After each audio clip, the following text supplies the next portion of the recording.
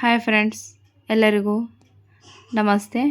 ನೋಡ್ರಿ, ಕಬ್ಬಿಣ ವಿಗದು ನಾವು ಮೊದಲ ಏನಂದ್ರೆ ಗರಿಗೆ ಎದರಿತ್ತು ಅಲ್ಲಿ ತನಕ ನಾವು ನಿಂತಿದ್ದೆವು. ಈಗ ನೋಡ್ರಿ ಅದರ ಮುಂದಿನ ವಿವರಣೆಯನ್ನು ನೀಡುತ್ತೇನೆ. ಪ್ಲೀಸ್ ಚಾನಲನ್ನು ಸಬ್ಸ್ಕ್ರೈಬ್ ಮಾಡಿ. ದಯವಿಟ್ಟು ಎಲ್ಲರೂ ನನ್ನ ಚಾನಲನ್ನು ಸಬ್ಸ್ಕ್ರೈಬ್ ಮಾಡಿ ಮತ್ತು ಕಮೆಂಟ್ ಮಾಡಿ. ತಿಳಿಯದೇ ಇದ್ದಲ್ಲಿ ಏನಾದರೂ ಕಮೆಂಟ್ ಮೂಲಕ ತಿಳಿಸಿ. ನೋಡ್ರಿ, ಇದರಿಂದ ಹೆಚ್ಚುವರಿ ಉತ್ಪಾದನೆ ಉಂಟಾಯಿತು. ಹೆಚ್ಚುವರಿ ಉತ್ಪಾದನೆಯನ್ನು ನಿಯಂತ್ರಿಸುವ ವರ್ಗ ಪ್ರಭುತ್ವವಾಗಿ 2600 ವರ್ಷಗಳ ಹಿಂದೆ ಉದಯವಾದವು. ನೋಡ್ರಿ, 2600 ವರ್ಷಗಳ ಹಿಂದೆ ಈ ಹೆಚ್ಚುವರಿ ಉತ್ಪಾದನೆಯನ್ನು ನಿಯಂತ್ರಿಸುವ ವರ್ಗ ಏನಾಗ್ತದಂದ್ರೆ ಉದಯವಾಗುತ್ತದೆ. ಅದನ್ನೇ ಏನಂತೇಳಿ ಕರೀತಾರಂದ್ರೆ ಗಣರಾಜ್ಯಗಳು ಅಂಥೇಳಿ ಕರೆಯಲಾಗುತ್ತದೆ. ಆ ನಂತರ ನಂದ ಮೌರ್ಯ ಸಾಮ್ರಾಜ್ಯಗಳು ಪ್ರವರ್ಧಮಾನಕ್ಕೆ ಬರ್ತಾವು. ನಂದ ಮತ್ತು ಮೌರ್ಯ ಸಾಮ್ರಾಜ್ಯ ಪ್ರವರ್ಧಮಾನಕ್ಕೆ ಬರುತ್ತೆ.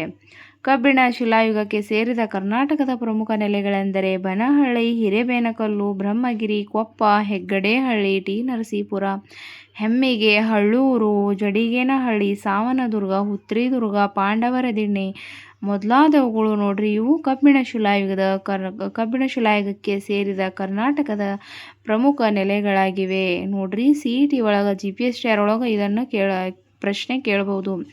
ಕರ್ನಾಟಕದ ಪ್ರಮುಖ ನೆಲೆಗಳು ಯಾವುವು ಅಂಥೇಳಿ ಕೇಳಿದ್ರೆ ನಾವು ಇವುಗಳನ್ನು ಬರಿಬೇಕು. ಬನಹಳ್ಳಿ ಹಿಡಿದ ಪಾಂಡವರದಿಣ್ಣೆ ಮಠ ಈ ಎಲ್ಲವೂ ಮೊದಲಾದವುಗಳಾಗಿವೆ ಅಂಥೇಳಿ ನಾವು ಬರೆಯಬೇಕು. ನೋಡ್ರಿ, ಈಗ ಮುಂದಿಂದ ಏನದ ಭಾಷಾಭ್ಯಾಸದ ಅಭ್ಯಾಸಗಳು ಅದ.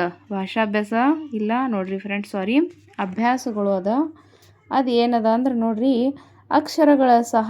ಅಕ್ಷರಗಳ ಪರಿಚಯವಿಲ್ಲದ ಕಾಲಘಟ್ಟವನ್ನು ಡ್ಯಾಶ್ ಎಂದು ಕರೆಯಲಾಗುತ್ತದೆ ಅಂತ ಹೇಳಿದ. ಏನಂದ್ರೆ ಪ್ರಾಗೈತಿಹಾಸಿಕ ಕಾಲ ಅಂಥೇಳಿ ನಾವು ಕರೆಯುತ್ತೇವೆ.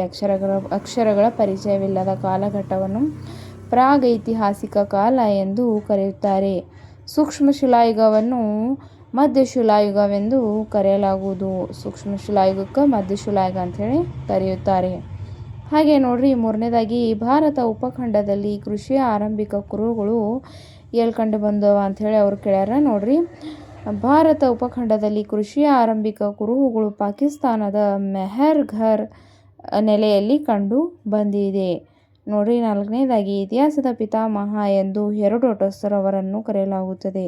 ಯಾರಿಗೆ ಕರೀತಾರಂದ್ರೆ ಹೆರೋಡೋಟಸ್ ಅವರನ್ನು ಇತಿಹಾಸದ ಪಿತಾಮಹ ಎಂದು ಕರೆಯಲಾಗುತ್ತದೆ.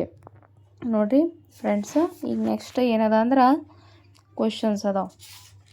ಮುಂದಿನದಾಗಿ ಪ್ರಶ್ನೆಗಳದಾವೆ.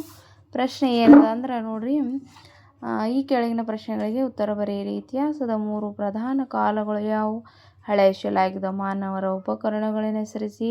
ಯಾವ ಯುಗದಲ್ಲಿ ಮಾನವರು ಕೃಷಿಯನ್ನು ಮಾಡಲು ಆರಂಭಿಸಿದರು? ಮಾನವರು ಬಳಸಿದ ಮೊದಲ ಲೋಹ ಯಾವುದು ಅಂದ್ರೆ ತಾಮ್ರ. ಇತಿಹಾಸದ ಪ್ರಮುಖ ಆಧಾರಗಳು ಯಾವುವು?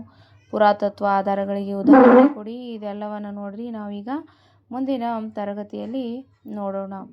ಈಗ ನೋಡ್ರಿ, ಇದರಲ್ಲಿ ಏನಾದರೂ ಅಧ್ಯಾಯ 1ರಲ್ಲಿ ಏನಾದರೂ ತಿಳಿಯದೇ ಇದ್ದಲ್ಲಿ ನೀವು ನನಗೆ ಕಮೆಂಟ್ ಮೂಲಕ ತಿಳಿಸ್ಬೋದು ಫ್ರೆಂಡ್ಸ್. ಈ ನನ್ನ ಚಾನಲ್ಗೆ ಸಬ್ಸ್ಕ್ರೈಬ್ ಮಾಡಿ. ಧನ್ಯವಾದಗಳು.